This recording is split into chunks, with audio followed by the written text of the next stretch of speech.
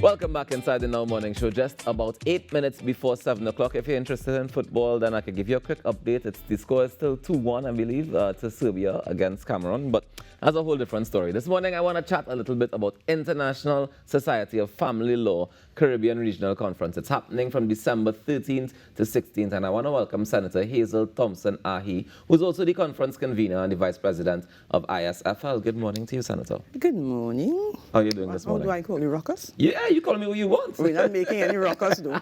I will try my best not to. But tell me about this conference. It's happening in Tobago at the Magdalena Grand. What is the intention of the conference? Well, let's go back to what is the whole objective and, the all for the ISFL, which is the International Society of Family Law. It's an international, as the name implies, scholarly association. Is dedicated to the study and research and discussion of family law and related disciplines. And that's what we're going to be doing. We're going to be discussing family law and how it affects people's lives. The theme of the conference is safeguarding the human rights of family members from the womb to the tomb. So it means everybody is caught in this. The children even before they're born and at the end, because many times we ignore the human rights of adults. So when you look at some of the things that we'll be discussing, you will see that everything is taken up there. We're looking at reproductive rights, paternity, custody, guardianship, adoption, which is something that affects a number of people now. You have foster care, you hear about that all the time, child abduction, the right to identity, the right to be heard, which is something that we're still struggling with, but we have done quite a bit in the last few years, especially with children. I want to break down some of those a little bit. I know you have a lot more on the list here still, but let me just break them down, some of them as we go forward. I want to backtrack a little bit to right to identity. What does that mean? The right to have a name, the right to be a person, because sometimes somebody was raising a question with me just 2 nights ago. This lady has one surname, the child's father has another surname, and she gave the child her surname. And there's objection that, you have to bring this and you have to bring that because the child's supposed to be carrying the man's name and all of that nonsense. The identity is who you are. And there is no law that says you have to carry your father's name or you have to hyphenate the name. Right. I remember I chose to hyphenate my name. Right. And the children's father, my husband, said, the children are not going to be Thompson Ahi, they're going to be Ahi. I know sometimes you want to be a little obedient, so you said, well, okay. But some of my friends hyphenate the children's names, But it was not a big deal for me. But in terms of the law, where does the law stand on it? The law does not state that you have to carry, a particular name here. It just says that you have to have a name. Yes, and I remember a very sad case where the man wanted the child to carry, they were not married, and he wanted the child to carry his name. And the woman now had married somebody else. Right. And she refused to have the man's son, carry the father's name. And I found that I wasn't happy with that decision of the court. What did the court decide? The court decided that, yes, she could hyphenate the child's name and carry the husband's name. Oh, the new husband? Yeah, the new husband's name. Who had no part in that childbirth? Exactly. But what trouble is this? Yeah, but those things happen. They are not. And that's a part of the conference, is that we are going to be discussing what happens in a number of countries. And it's so important, continuing legal education is something that's very close to my heart. And this now, because I'm a member of ISFL for many years now, I go to conferences all over the world. And there is so much to learn. And many times I find I am the only one at the conference from this part of the world. I remember when I also go to the World Congress of Family Law and Children's Rights. And I remember I was in Sydney, Australia, the first one. And Chief Justice Alistair Nicholson came to me and he said, Hazel, you have to represent the Latin America and the Caribbean because you are the only one. I say, if each one of those countries had given me some money, I would have been, well placed here. So, and it helps sometimes because when they realize that, I remember once when it was in Bath in England, and there was nobody coming, I said, I cannot come because I use my study and travel grant. I was working at the law school at the time, and I have no money to come to this conference. And Justice Peter Nye, who was the convener, loving, lovely man, he said, "What do you mean you're not coming? I am sending a ticket for you." You know, and I was able to go to the conference in Bath. And many times I say that there is so much to learn. Yeah, but what happens to all this information? So all these conferences happen all over the world, but what happens after the conference? All right. At the end of the World Congress is what we do. This is not the International Society of Family Law. We would normally put forward recommendations and send it around to the countries of the world.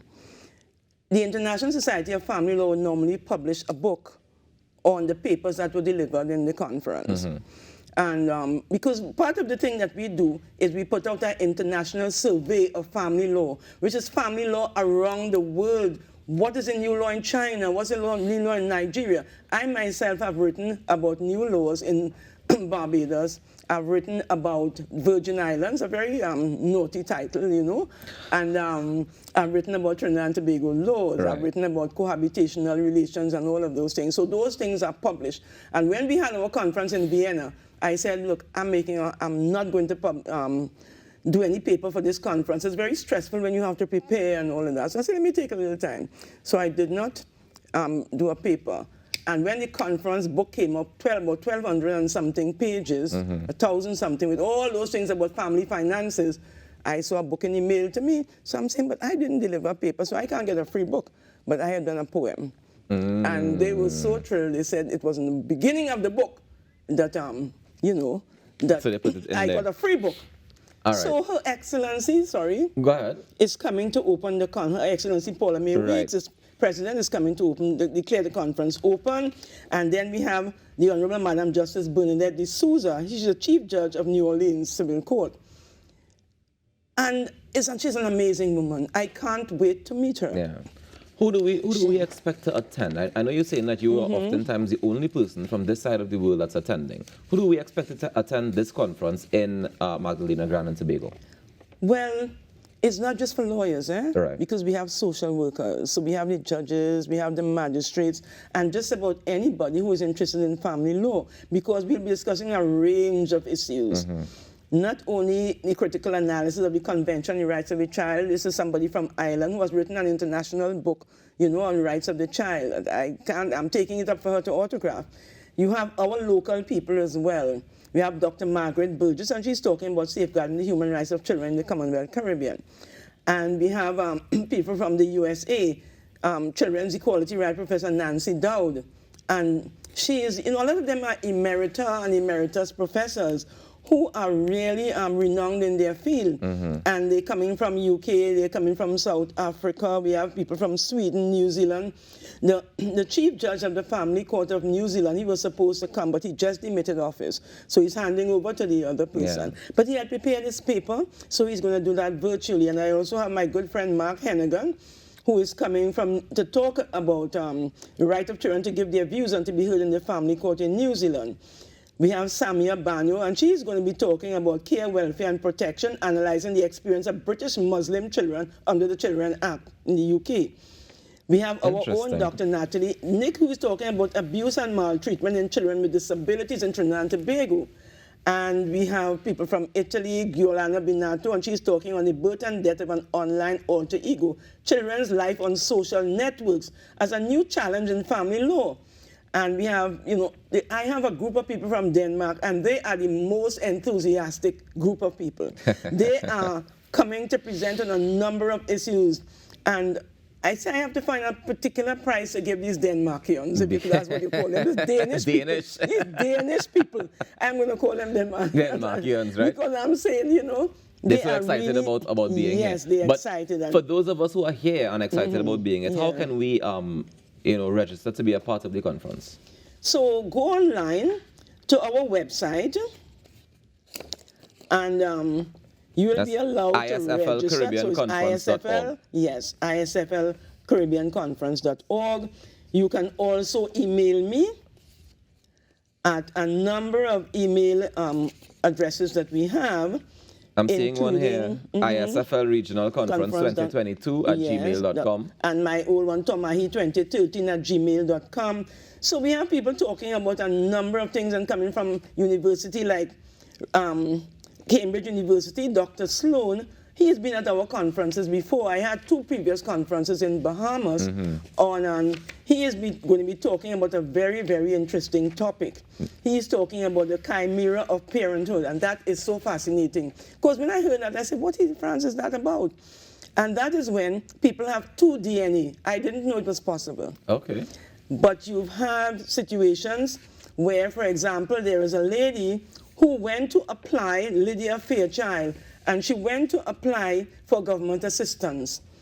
And the government said, these are not your 2 children, and you are being fraudulent because biologically they're not your children, and she was arrested. Wow. Only to find out that there was no case of fraud against her.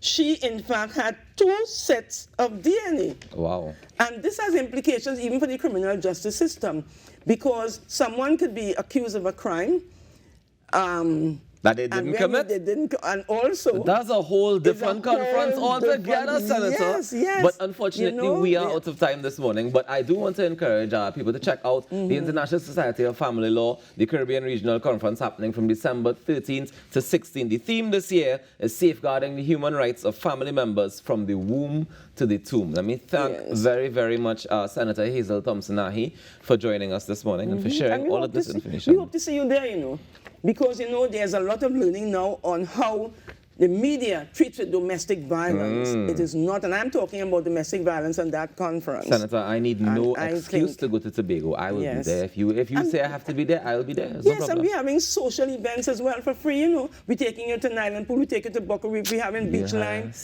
all of that, and we have a beautiful gala buffet, dinner. Right. All right, so go check out the information, isflcaribbeanconference.org. You can register to be a part of it, and you can register in groups as well, right? So all the information is online. Thank you very much, Senator, for joining us this morning. 223-8159. Call me, I'll answer. 223-8159. That's the number to call in case you want to get more information. We take a quick break and we come back with more inside the Now Morning Show. Stay tuned.